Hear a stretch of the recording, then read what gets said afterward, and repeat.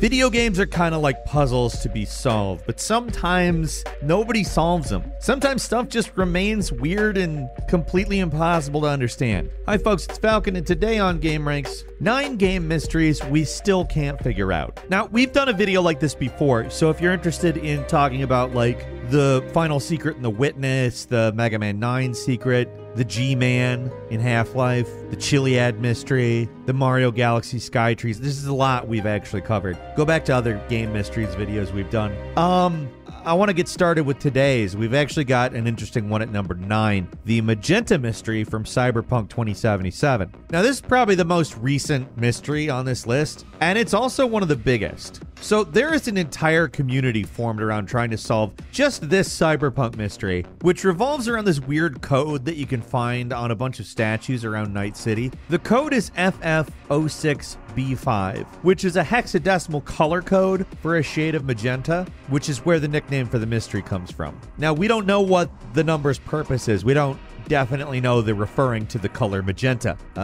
It might have something to do with that, but I think it's more interesting to ask why it's on these four-armed statues. Some are speculating that the numbers are also coordinates or half of a MAC address or some other form of hexadecimal code meant to say, something else. But even with an entire Reddit community of secret hunters and an entire wiki dedicated to plumbing this game's secrets, not a lot of evidence has been found about what these numbers mean to represent, if they're meant to represent anything. Seriously, some of the work people have put into finding this stuff, it's mind-boggling. Like, people have data mined the game from top to bottom. They've found nothing. They've examined every statue, compared every code. They've looked at every other number string in the game, tried to connect the dots with Japanese Buddhism or triadic colors.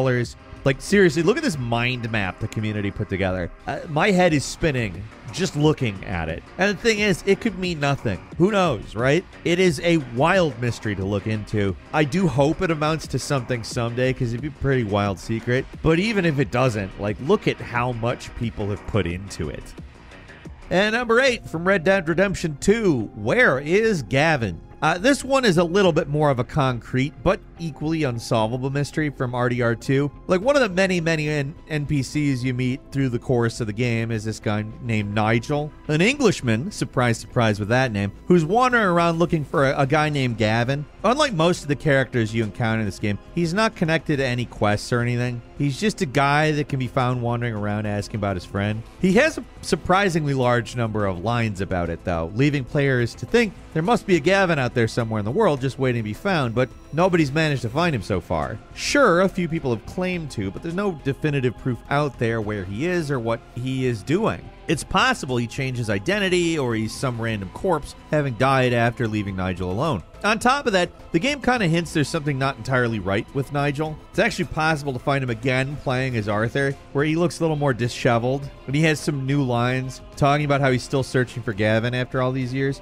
You can even rob him for a note that vaguely implies there's something off about him. Like, did he imagine Gavin? I don't know. All in all, it's a pretty small encounter that most players may not even notice, but it's an awful lot of backstory for some random NPC that's looking for a guy who may not exist. Someday, somebody might find Gavin, but until then, he's going to remain a mystery.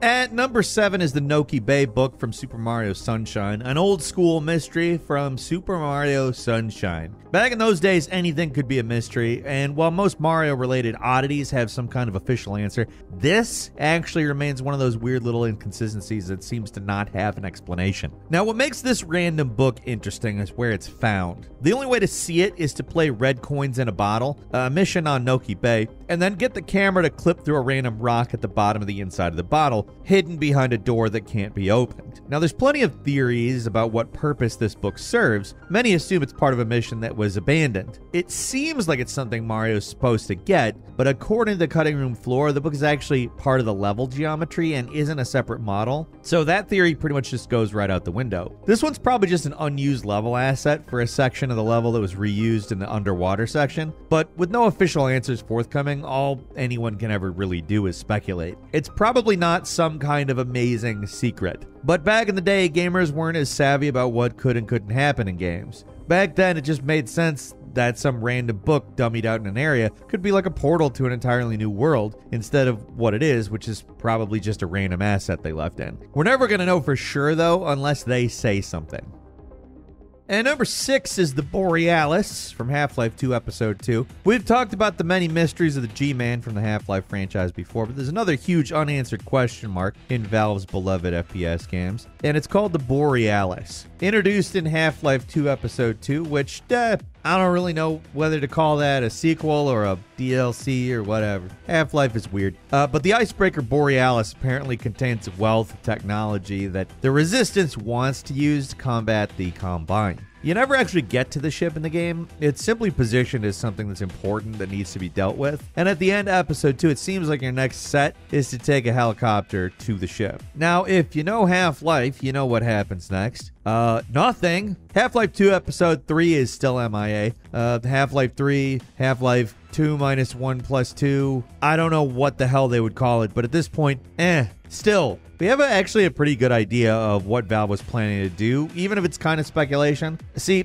thing is, Half-Life and Portal take place in the same universe/world, and in Portal 2, there's actually a reference to the Borealis that gives players a pretty tantalizing clue about its true nature. So, deep in the old sections of the Aperture Research Facility, you can actually find the Borealis's dry dock, which either implies that the ship contains Aperture technology or it was something found by them. Now, it could be just a reference, but that's generally not how stuff that's shared between these two games is. Some of the blueprints of the ship in Half-Life 2 Episode 2 contain references to Aperture science, so there probably is actually a connection. Black Mesa can eat my bankrupt... Sir, the testing? Right. But what purpose the ship serves and its importance in the story is still unknown. With the release of Half-Life Alyx, there's like a glimmer of hope Valve might eventually release Episode 3 or Half-Life 3 or whatever. But right now, we still just don't know what the Borealis is or is doing nearly 15 years later.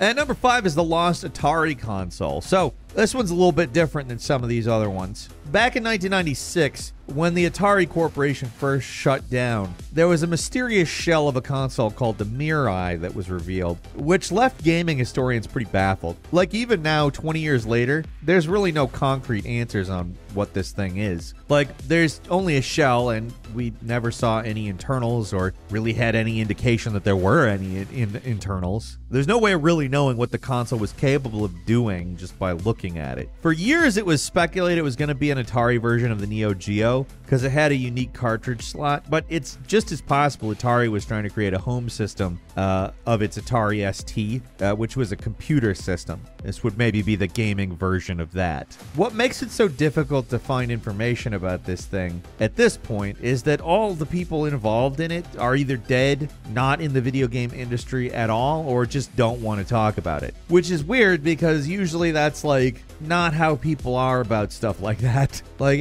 it sounds more like former CIA people than it sounds like former Atari people. But yeah, the writer of a book, Atari Corporation Business is Fun, said in an interview they knew exactly what the system was and it would be revealed in their book, their next book specifically, but there hasn't been a next book. So I guess unless someone manages to contact this guy and ask him point blank, I don't know if we're going to know what this console ever actually was. Also, why are people so secretive about it? I think that's more interesting to me than the console itself. Is it nuclear? That's what I want to know. Does it power itself on some form of nuclear fusion, which we supposedly haven't achieved yet? Is this thing alien tech or not? At number 4, back to virtual worlds, though.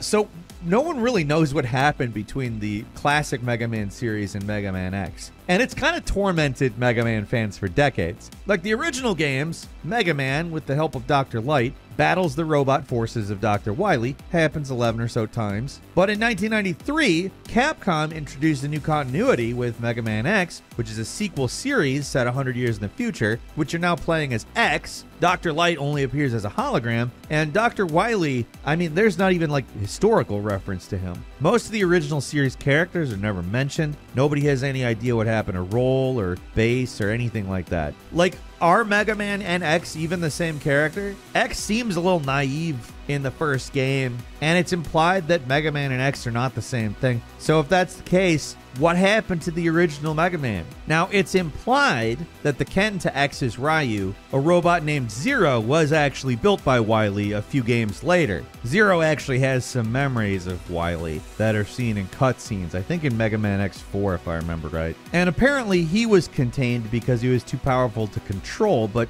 what happened? A lot of fans speculate that Zero was responsible for killing everyone in the original cast. But the longtime project leader of the Mega Man series, Kenji Inafune, has refuted that theory. On the other hand, there have been Mega Man games that came out since he left, so it doesn't completely rule it out. There's lots of clues and hints in these games that imply something happened between Mega Man and Mega Man X, but until Capcom finally decides to spill the beans, all fans can really do is make theories. But I will say this, if they want to make like basically the ultimate Mega Man story, let's see the end of that timeline. Let's see why there's a Mega Man X. Let's see why for 100 years things were quiet and then Mega Man X happened.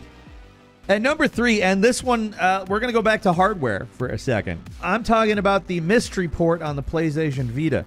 One of the most common questions asked by anyone who owned the PCH 1000 model of the Sony PlayStation Vita is, why didn't they wait 7 years and then release this? Seriously, it probably could have been a decent competitor to the Switch if it had just a little bit more powerful hardware in it, a little bit bigger screen. No, that's not actually the question, though. The question I was referring to is, what is the point of this port? Nothing ever seemed to fit in it, and the official response was that it was meant to be an accessory port, but there were never any accessories that used it. So there's this huge port on a console that seemingly serves no purpose, which has left a lot of people to speculate really what it was supposed to be. For a long time, the prevailing theory was that the port was meant to be an HDMI out that Sony just abandoned mid-development. Hackers did eventually prove that this wasn't the case and found out that instead of being a port for video output, it was likely meant to be a port for USB input. That means it's possible they actually intended to support the UMD drive accessory that was never actually released, but that would have made the Vita backwards compatible with the PSP. However, that seems to just be speculation at this point. Now, we know for sure the port was meant for some kind of USB transfer, but the exact purpose is still a mystery. Unless someone at Sony just tells us, we're probably not going to know. At number 2, the mysterious Perfect Code from Chameleon Twist, probably one of the most forgotten Nintendo 64 mascot platformers. I mean, it's for a reason. It didn't really distinguish itself back in 1997, but the game has managed to remain infamous. Despite that, just for one reason and one reason only, it's the Perfect Code. After you beat the game once, you're given the option to play through the game again, only this time there's a little white star in the corner of the screen. You get hit once, the star disappears, but if you manage to beat the entire game for a second time without getting hit, you'll get a new message on the title screen. That's the Perfect Code, literally a code you get for playing perfectly. The problem is nobody actually knows what this code does. The cutting room floor has no idea, and the only speculation I managed to find online seems to suggest that maybe it was a promotional tie-in for something that was never implemented, but that's about it. When a game's big enough, it's usually not so hard to find enough bodies able to try to solve a mystery, but we're talking about Chameleon Twist, a game people don't really remember because not a lot of people cared about when it first came out. Like, maybe we'll be able to get more eyes on this one and maybe someone will manage to figure it out just because it's a really intriguing code, even if the game itself isn't massive. So, GameRanks audience people, assemble!